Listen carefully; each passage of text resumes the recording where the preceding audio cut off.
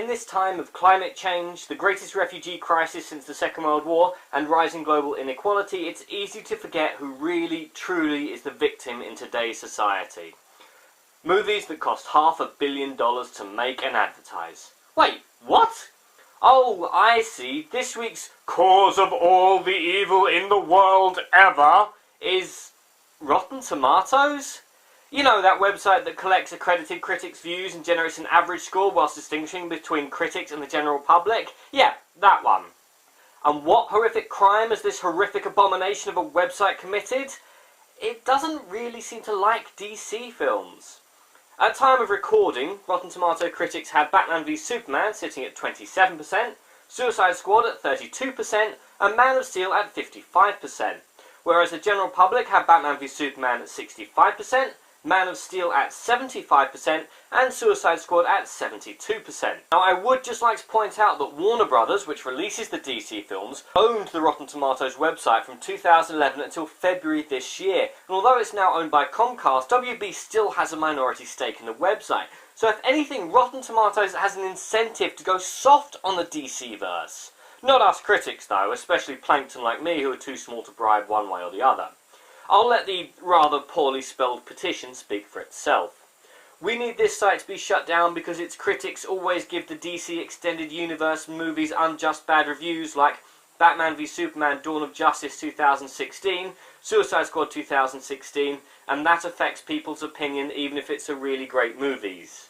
Now, I'm not saying that Rotten Tomatoes is perfect, because it really isn't.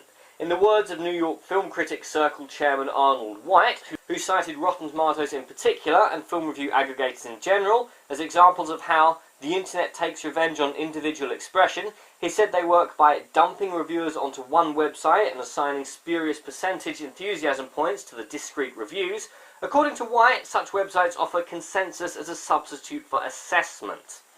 But maybe, just maybe, if a review site that works via the average of review scores has such a low opinion of these films, maybe they're just not very good.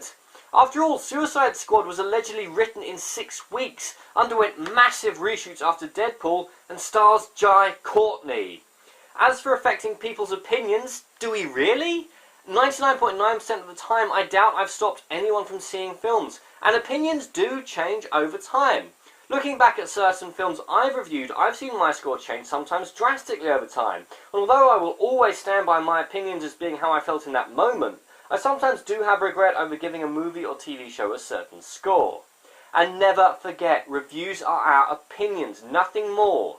Like restaurant or wine or even art critics, if you like something I don't, or vice versa, please remember that neither of our opinions is more valid than the other.